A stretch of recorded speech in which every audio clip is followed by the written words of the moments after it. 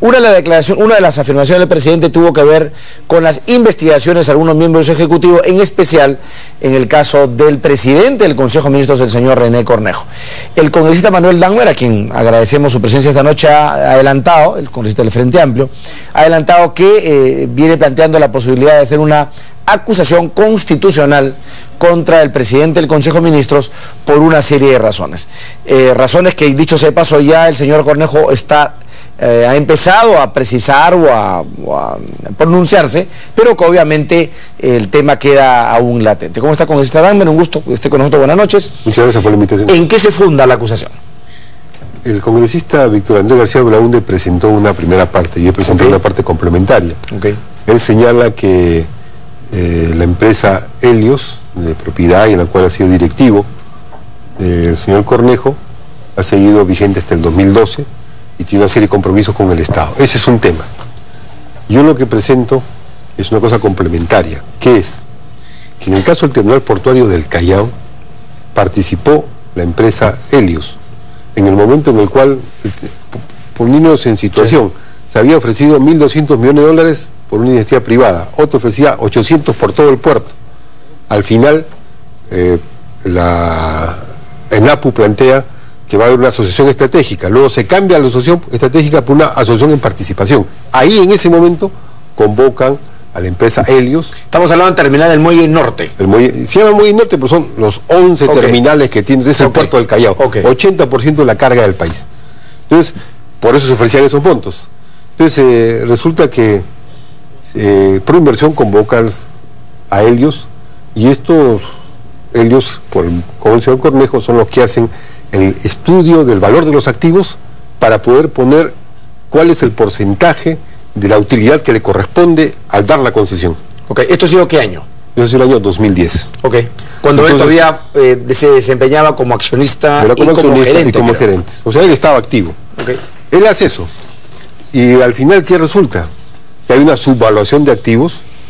Esa subvaluación de activos lleva a que al final se dé la concesión de todo eso, que iba a ser entregada por 1.200 millones de dólares, se dé por un monto de 17% cuando haya utilidades. O sea, prácticamente se entrega gratis los activos, se subvalúa los activos. Sobre eso hay información del entonces presidente del directorio de ENAPU ante una comisión del Congreso. Y sobre eso hay denuncias presentadas ante la Contraloría. Entonces, eso es 2010. Viene el 2011 y el señor Cornejo pasa a ser ministro de Vivienda, e integra FONAFE e integra también Proinversión, en su calidad de ministro de Vivienda. Yo en ese momento había estado antes como representante de los trabajadores portuarios ante la Autoridad Portuaria Nacional y había planteado una denuncia ante Contraloría sobre esta subvaluación de activos. Otros también habían planteado cosas similares.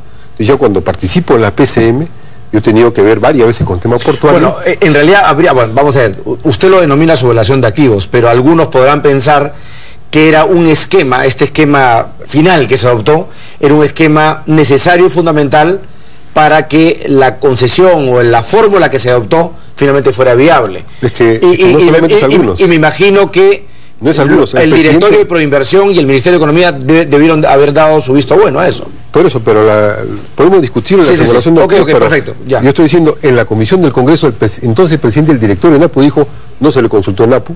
El estudio de Helios no consultó a NAPU, no incluyó las cifras que dio NAPU de sus activos. Y hubieron después más de 1.000 partidas que no estaban consideradas, que se dieron gratis, se dieron las grúas de patio, un montón de cosas que están luego probadas que se entregaron gratis. Entonces, cuando ya llega a ser ministro, estamos planteando que se haga una investigación. La Contraloría aprueba que se haga una investigación de subvaluación de activos, porque ese porcentaje de 17% no correspondía. ¿Eso fue qué año? ¿Cuándo aprueba la Contraloría? El 2012. 2011. Perdón. Entonces, ¿qué hace el señor Cornejo? En Proinversión y en FONAFE, él logra que se dé a ese contrato una especie de protección, una coraza jurídica, y se declara un contrato con estabilidad tributaria y legal. Con lo cual, se aplanan todo. Entonces, él, que había sido el que hizo el estudio, se estaba protegiendo a sí mismo utilizando el cargo. Eso es un delito, eso es conflicto de interés. Y eso, sobre eso, yo tengo acá todita la documentación Está todo lo presentado en los ¿Y el año 2011 en calidad de qué el señor Cornejo logra eso? ¿En calidad de qué? En calidad de, él era ministro de Vivienda, y como ministro de Vivienda forma parte del Proinversión y forma parte de FONAF. Por ser ministro, formaba parte del directorio de Proinversión, él influyó para que se hiciera eso. Cuando él entra, justamente se aprueban esas decisiones. Ahora, usted sabe que tengo que hacer la de abogado del diablo. Totalmente. El directorio de Proinversión es un colectivo. Ciertamente. O sea, al señor Cornejo se le ha podido ocurrir que el sol es de color azul, pero si el resto de miembros no aprobaban eso, tampoco le hubieran dado luz verde, para utilizar una palabra de moda. Lo ha dicho a la hora, él ha dicho que no se pronunció, él ha dicho que se excusó, él ha dicho que no votó.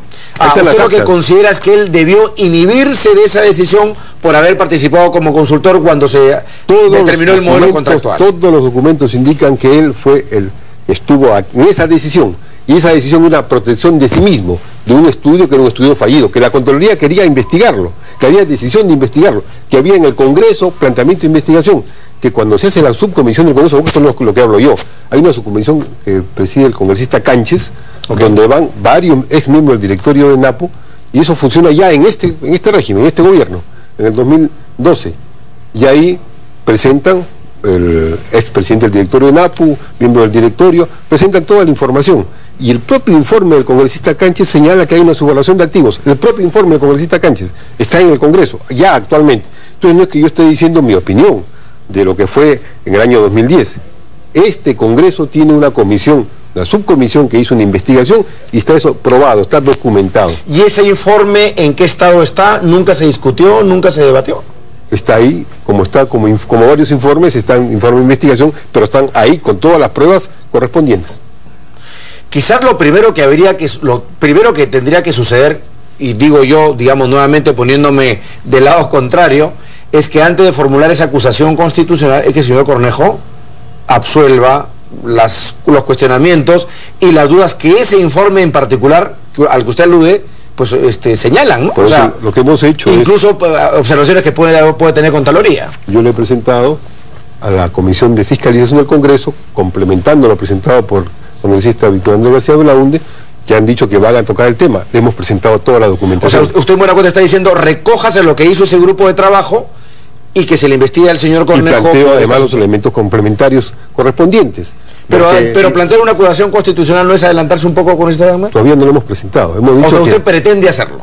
Hemos dicho que todo esto tiene materia suficiente para que se... Para una investigación. No solamente para investigación, para la acusación y para que el ministro renuncie, porque hay una incompatibilidad manifiesta y clara.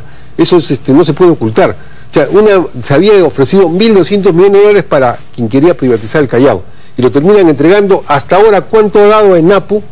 Nada. El NAPU ha perdido 82% de sus ingresos, y del Callao nada, la pinaca, no hay nada. ¿Por qué? Porque APM Terminal con la justa puede manejar los muelles, y no hay inversión, que ha tenido que venderle a otra empresa una parte de sus acciones para tener liquidez. Entonces, la subvaluación de activos, según el anterior presidente del directorio, eran 600 millones de dólares, se volaron en 600 millones de soles, y se descontaron varias cosas que luego en el proceso se entregó gratis. Por ejemplo, todo el sistema informático de manejo del puerto fue entregado gratis, asumido así a la prepo, en el momento de la toma de la instalación. Entonces, varias de esas cosas están probadas, están documentadas. El señor Cornejo... Ahora, Contraloría sobre esa denuncia en particular, no de la intervención de Cornejo, del proceso de concesión del Muelle Norte, aún no se ha pronunciado. O sea, no ha dicho, esa concesión ha sido llevada de mala forma, se subvaloraron activos. O sea, hay una investigación pendiente. Hay un acuerdo de Contraloría para investigar eso. Y no se pronunció. Eso quiere decir que vio el proceso y dijo, en este proceso aquí hay un problema. Contraloría investigó el proceso, se le dio la información, investigó y dijo, aquí hay un problema en esto. Entonces, en ese momento que Contraloría dice, vamos a investigar, viene el blindaje que hace con el contrato, elevando la categoría del contrato. El contrato, y dice, el contrato ahora tiene estabilidad tributaria ilegal, o sea, no me lo toquen.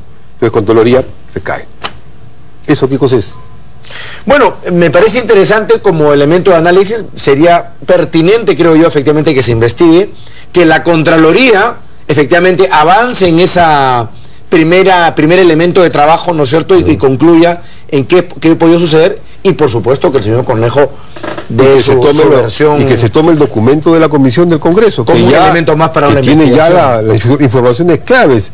Entonces, el señor Cornejo sabe que esto es muy serio, sabe que esto es tan serio que ni siquiera lo ha desmentido. Ha dicho que no, no ha dicho que no es cierto. Aparentemente lo de Helios y de lo de las fechas tendría una explicación, se dice. Ahí no dice por el tema de que en realidad renunció en el 2010 tarde, y que los poderes se revocaron en el 2012. Bueno, ahí hay un tema... Pero sobre esto...